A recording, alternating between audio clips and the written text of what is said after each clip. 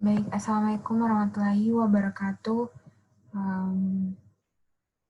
Kita lanjutkan lagi pertemuan untuk mata kuliah Matematika Dasar, di mana sebelumnya kita sudah mempelajari bilangan real dan beserta latihannya. Dan sekarang kita lanjut ke materi kuadrat dan akar kuadrat, kemudian materi fungsi. Nah, sekarang yang kita bahas sedikit adalah kuadrat dan akar kuadrat. Sebelumnya pasti materi ini sudah diajarkan ya di sekolah. Mungkin di SMP sampai SMA pasti sudah diajarkan. Tetapi ya seperti biasanya kita akan mengulang kembali hal-hal yang sebelumnya sudah diajarkan di SMP dan SMA. Karena biasanya kan waktu dulu mungkin sudah diajarkan tetapi hilang kembali, bisa saja seperti itu. Hal yang sederhana pun biasanya kalau tidak dicoba terus-menerus akan hilang juga gitu. Nah, membiasakan kembali, membuat otak kita kembali mengerti tentang materi ini, baiknya kita pelajari lagi seperti apa sih detailnya. Di sini kita membahas kuadrat. Kuadrat suatu bilangan adalah perkalian suatu bilangan dengan bilangan itu sendiri. Untuk sembarang bilangan bulat B, maka B kuadrat sama dengan B kali B.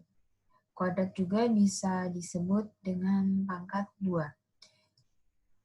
Jadi contohnya, kuadrat itu adalah perkalian suatu bilangan itu sendiri gitu. Jadi misalnya B kuadrat, kalau B-nya itu adalah 3, maka kalau B kuadrat di mana B sama dengan 3, maka bilangan itu sendiri akan dikalikan dengan bilangan itu juga gitu. Maka 3 dikali 3 sama dengan 9. Jadi hasil kuadrat dari 3 itu adalah 9. Gampang ya. Nah, kemudian kita masuk ke akar kuadrat. Akar B adalah bilangan positif atau 0 yang jika dikuadratkan menghasilkan B. Contoh, akar B kuadrat sama dengan, tadi kita dapatkan hasil B kuadrat itu sama dengan 9. Berarti kita ingin cari ternyata akar 9 itu berapa? Ternyata akar 9 itu adalah 3. Nah, akar 9 dibaca akar pangkat 2 dari 9 atau akar kuadrat dari 9. Berarti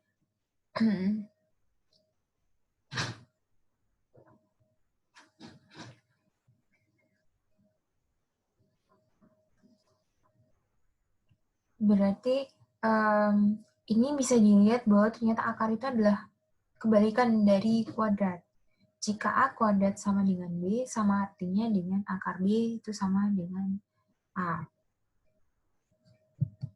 Nah, itu sederhana bukan ya?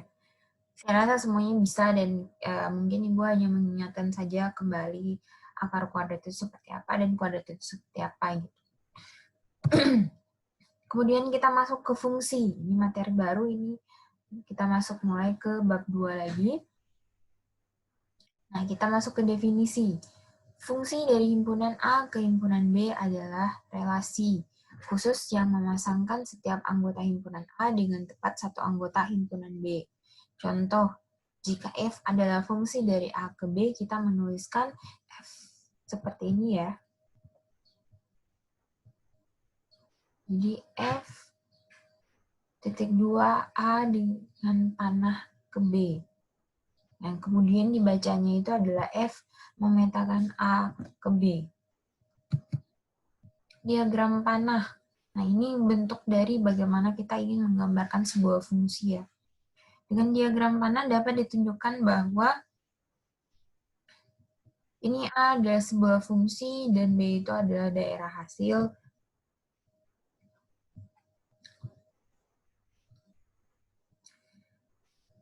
Sebab setiap anggota himpunan A dipasangkan dengan tepat satu anggota dari B. Itu adalah relasi ya. Dan biasanya pengertian relasi dan fungsi itu berbeda. Mari kita lihat dulu contoh-contoh yang dimana dibilang fungsi dan dimana dibilang bukan. Nah, ternyata gambar ini dibilang bukan fungsi, sebab ada anggota himpunan A, yaitu 2 yang tidak dipasangkan dengan anggota B. Berarti ini bisa dibilang relasi, tetapi tidak bisa dibilang fungsi, karena ada satu anggota dari B tidak memiliki pasangan di A. Kemudian, gambar berikutnya lagi. Nah, di sini kita lihat dari contoh diagramnya berbeda lagi ya. Di mana himpunan A itu sama dengan A, B, C, D. Dinamakan itu adalah yang ini ya. Ini dinamakan domain atau daerah asal. Kemudian himpunan B yang terdiri dari anggota 1, 2, 3, 4. Dinamakan kodomain atau daerah kawan. Himpunan 1, 2, 3, 4 juga dinamakan dengan daerah hasil. Karena dari fungsi yang ada di A, itu akan menghasilkan anggota-anggota yang ada di B. Pemasangan yang terjadi oleh fungsi F adalah fungsi F memetakan semua anggota A dengan tepat satu anggota B, yaitu contoh A dipetakan ke 1, B dipetakan ke 1, C dipetakan ke 3, D dipetakan ke 4. Berarti ini dianggap fungsi. Gitu. Karena semua anggota dari yang gambar ini ya, dari B itu memiliki pasangan di A. Ini salah ya, ini maksudnya adalah 2. Oh, 1 ya. Oh ya, ini terbalik. Berarti yang ini seharusnya 2, ini seharusnya 1. Ya, seperti itu. Kemudian kita masuk ke macam-macam fungsi. Menurut sifatnya, kemudian ada menurut jenis dan fungsinya, kemudian menurut letak variabelnya, dan fungsi khusus. Menurut sifatnya, itu terdiri dari 3. Pertama, fungsi ke dalam, fungsi satu-satu, dan fungsi kepada.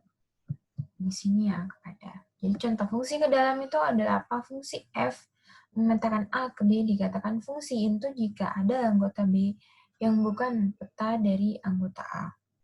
Sedangkan fungsi satu-satu itu adalah fungsi A memetakan A ke B disebut fungsi satu-satu jika setiap anggota A mempunyai bayangan yang berbeda. Dengan kata lain, tidak ada dua anggota A yang mempunyai bayangan yang sama di dalam B. Jadi, masing-masing B itu memiliki satu pasangan di A. Jadi, jika FA1 sama dengan FA2, maka A1 sama dengan A2. Dan jika A1, A2, maka A1 kali A2, maka FA1 kali FA2. Kemudian ada fungsi kepada, namanya subjektif. Misalkan FA memetakan A ke B, maka rank FAB jika FA sama dengan B, yaitu setiap Y, B ada FA, sehingga Fx sama dengan Y. Maka F disebut fungsi pada subjektif dari B. Nanti mungkin ini akan Ibu jadikan tugas ya. Coba sih gambarkan contoh dari fungsi ke dalam, dan fungsi satu-satu, kemudian fungsi kepada. Kemudian ada yang kedua, menurut jenis dan fungsinya. Ada fungsi aljabar, ada fungsi transenden, ada fungsi mutlak, dan fungsi dengan parameter.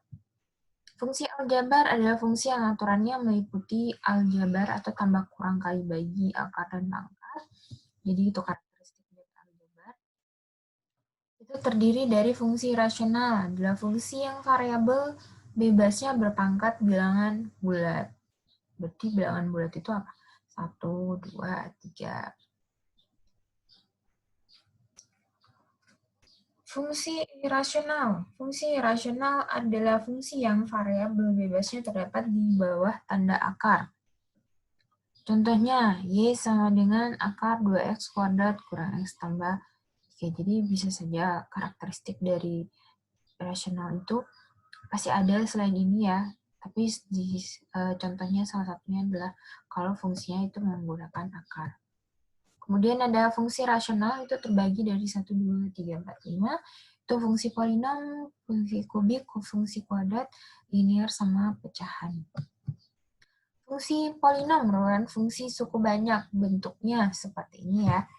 Jadi dia punya fungsi yang saling berkelanjutan. Jadi yang satu ini merupakan memiliki kelanjutan yang sebelahnya gitu. Jadi awalnya itu AN-nya hanya nilai N saja, kemudiannya kelama-kelamaan nilai N-nya itu berkurang, dikurangi 1, sampai N-nya itu sama dengan 0. Di sini dengan AN itu tidak sama dengan 0, jadi hasil AN itu tidak boleh sama dengan 0.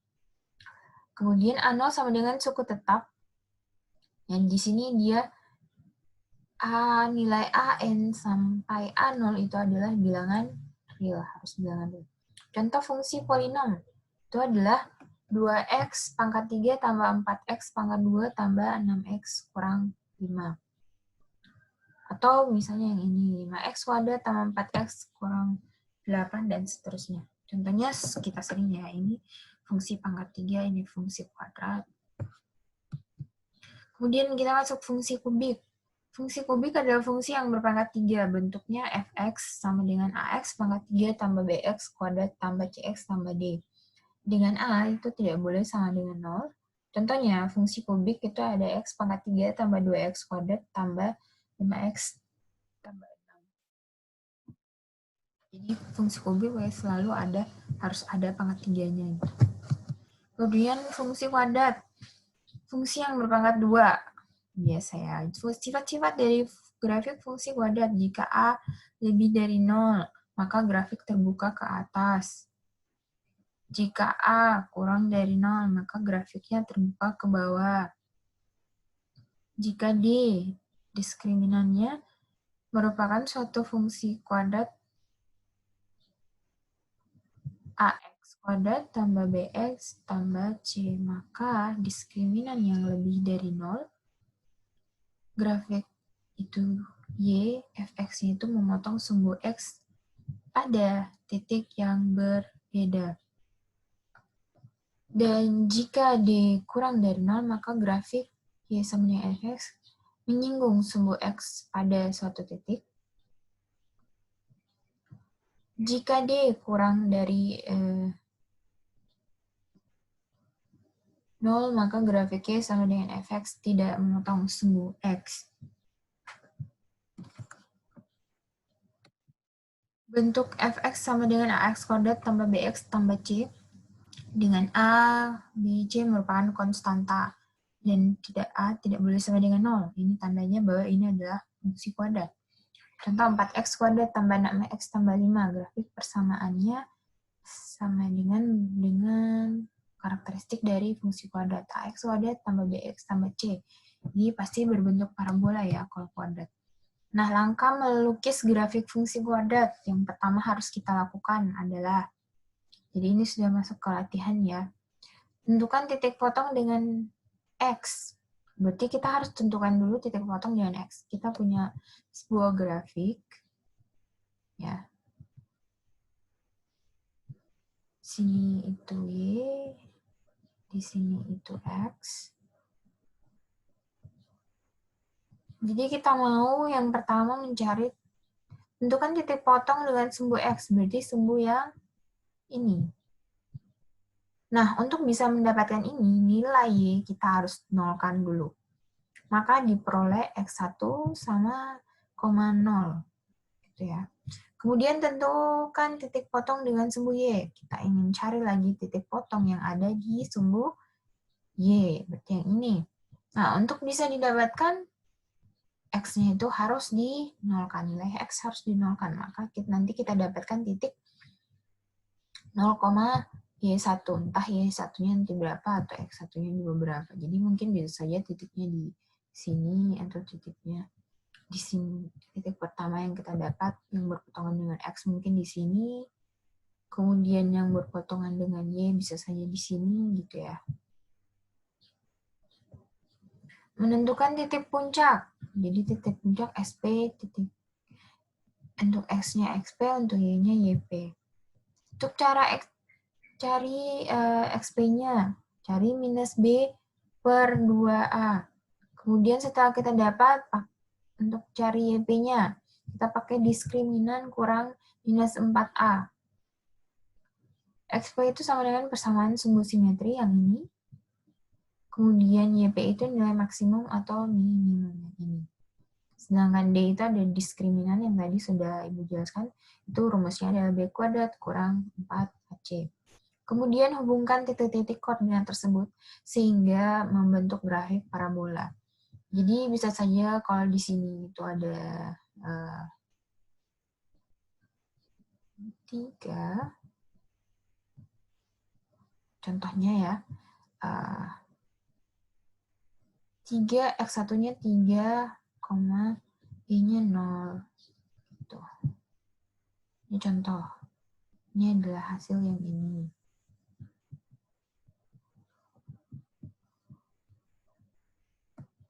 Kemudian di sini ternyata seharusnya nanti dia berpotong gitu ya. Misalnya ini adalah parabolanya.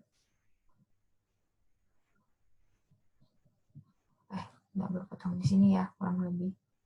Ya, jadi berpotong di sini, misalnya di sini adalah 0,2.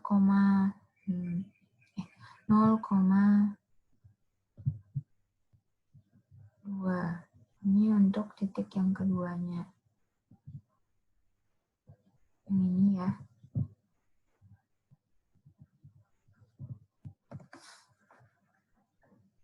Kemudian yang ini, XP dan YP, itu adalah titik puncak. Seharusnya itu adalah ini.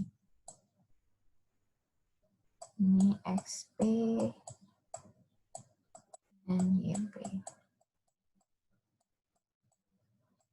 Jadi seharusnya nanti yang akan kita dapatkan ada 3 titik ini. 1, di titik puncak, titik kalau di X-nya berapa, kemudian kalau di Y-nya berapa.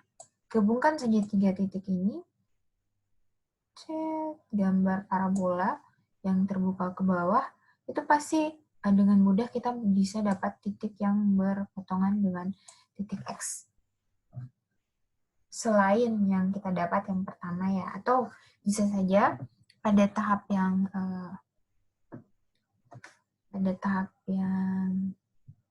ini, kita langsung dapat 2 titik. Itu, titik ini, dan titik ini. Kemudian yang perlu kita cari titik berpotongan dengan Y, kemudian puncak. Maka gampang sekali kita bisa dapatkan hasil dari gambarnya seperti apa. Grafik parabolanya. Contoh soal fungsi kuadrat, gambarlah grafik fungsi kuadrat Y sama dengan X kuadrat tambah 6X. Penyelesaiannya, kita ingin mencari titik yang berpotongan di X dulu. Berarti tadi contohnya adalah jika ingin mencari titik yang berpotongan di X dulu, maka Y-nya harus dinolkan. Maka saya punya fungsi X kuadrat ya. Tadi kan sudah dibacakan. Ini ya, fungsinya ya. Saya punya X kuadrat tambah 6X kurang 16. Ini Y. Kita disuruh cari yang berpotongan di titik X dulu, maka Y-nya sama dengan 0. Maka Y-nya ini dikasih nilai 0. Kemudian kita bisa cari kuadrat, hasil kuadrat dari fungsi tersebut. Nah, didapatkan ternyata ada 2X. Nah, di sini di akar kuadratkan, jadi X kurang 2 kali X tambah 8, maka didapatkan X minus 8 dan X sama dengan 2. Berarti kita dapat 2 titik yang berpotongan dengan X, itu adalah minus 8,0 dan 2,0. Kalau misalnya Ibu pengen gambar ya, kita sudah dapat nih 2 titik yang yang berpotongan di X. Misalnya ini 4, ini 8, nanti ini minus 8. Ini minus 8,0 ya.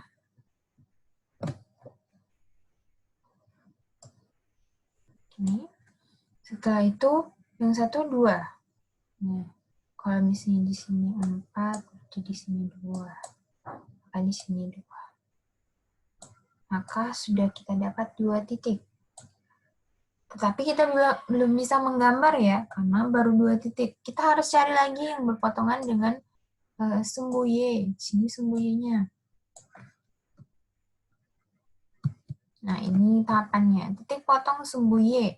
Maka X-nya harus dinolkan. Nah, di sini kita pakai fungsi lagi yang tadi di soal awal. Kita tinggal nolkan X-nya. X-nya ada apa saja? Ini dan ini. Tinggal dinolkan. Jadi X dinolkan jadi 0 kuadrat. 6X dinolkan jadi 6 kali 0. Maka didapatnya adalah minus 16. Maka titik potong sumbu Y adalah 0,16. Jadi kita dapat lagi satu titik. Kalau ingin kita gambarkan, itu berarti sampai di bawah dia ya, karena dia minus 16. Y-nya, ini X-nya 0, Y-nya 16. Kalau Ibu mau gambar, ini sebenarnya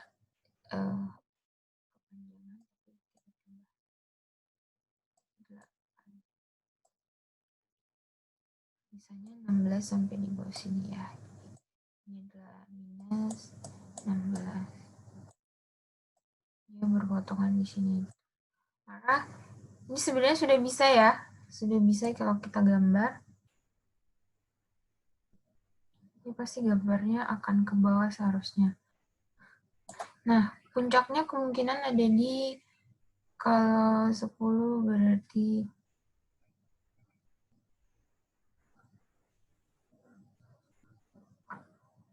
di sini dia. Oh, di sini. Jadi puncaknya itu ada di sini. Kurang lebih. Nah, apakah benar di sini? Harusnya ke bawah ya. Apakah benar? Kita lihat cara hitungnya ya. Nah, di sini adalah tahap selanjutnya kita disuruh menghitung titik puncak. Nah, sudah ada rumusnya, cari titik X. Di berpotongan di X-nya mana, berpotongan di Y-nya di mana. Untuk mendapatkan titik yang berpotongan di X, kita cari minus B per 2A. Kita sudah punya fungsi yang kita ketahui nilai A, B, dan C-nya, maka tinggal kita masukkan saja. Nilai B itu 6, kemudian nilai A itu adalah 1. Maka dapat untuk titik X-nya itu adalah minus 3. Dapatlah minus 3. Kemudian kita cari lagi yang berpotongan di titik X. Kita pakai diskriminan, B kuadrat kurang 4AC kurang 4A. Masukkan saja tinggal nilai-nilai dari fungsi yang sudah kita dapat. Masukkan 6 untuk nilai B, masukkan 1 untuk nilai A, dan minus 16 untuk nilai C. Kemudian 1 untuk nilai A. Maka dapatnya itu adalah, tinggal dihitung ya, jadi dapatnya minus 25. Maka di sini dapatnya titik puncak itu adalah minus 3, minus 21. Nah, ternyata kurang lebih sama gitu ya. Di sini 4, jadi kurang lebih minus 4 ya. Di sini minus 3. Maka karena ini batas sampai ke 6, seharusnya berarti puncaknya ada di bawah lagi sampai minus 6. Kalau di garis berarti puncaknya adalah begini, ke bawah. Kurang lebih seperti ini gambarnya. Nanti kalau nggak salah Ibu kasih gambar yang lebih bagus ya. Ini gambarnya seperti ini. Yang bagusnya ya, jadi agak ke bawah, di sini adalah puncak minus 3, minus 25. Di sini titik yang berpotongan di X, X sama dengan 0, karena di X sama dengan 0 ini ya. Y sama dengan 0, Y-nya maksudnya ini. X-nya minus 8 sama minus 2. Kemudian kalau di X sama dengan 0, karena X-nya ini 0, itu ternyata Y-nya itu adalah minus 16. Kayak ini. Dapatnya gambarnya seperti ini. Ada sebenarnya website untuk kalian bisa menggambar ini biar lebih gampang. Nanti bisa dicari sendiri, saya pikir bisa. Jadi tinggal masukkan saja fungsinya, langsung bisa dapatkan. Tapi nanti Ibu akan kasih latihan bagaimana untuk kalian bisa memahami tahapannya lebih penting. Itu lebih penting. Kemudian nanti kalian gambarkan sendiri, it's okay. Mau gambar sendiri, it's okay pakai website. Nah, ini sudah materi baru, tapi sampai sini dulu untuk pertemuan hari ini. Nanti akan Ibu share di Google classroom untuk tugasnya mohon dikerjakan lagi, karena memang ya matematik ya harus dicoba latihan-latihan terus-menerus. Saya kira sampai sini dulu. Jika ada pertanyaan silakan tanyakan Ibu di Google Classroom juga nanti, silakan setelah Ibu bagi materi ini ya. Saya pikir sampai sini dulu. Terima kasih. Wassalamualaikum warahmatullahi wabarakatuh.